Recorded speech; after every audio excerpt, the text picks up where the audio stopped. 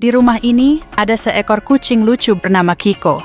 Tapi dia punya satu fobia yang sangat menggemaskan, air, apalagi saat waktunya mandi. Lihatlah reaksinya yang dramatis. Pengejaran kecil pun dimulai.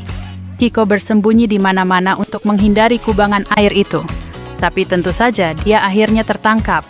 Tidak, jangan ke sana, serunya dalam bahasa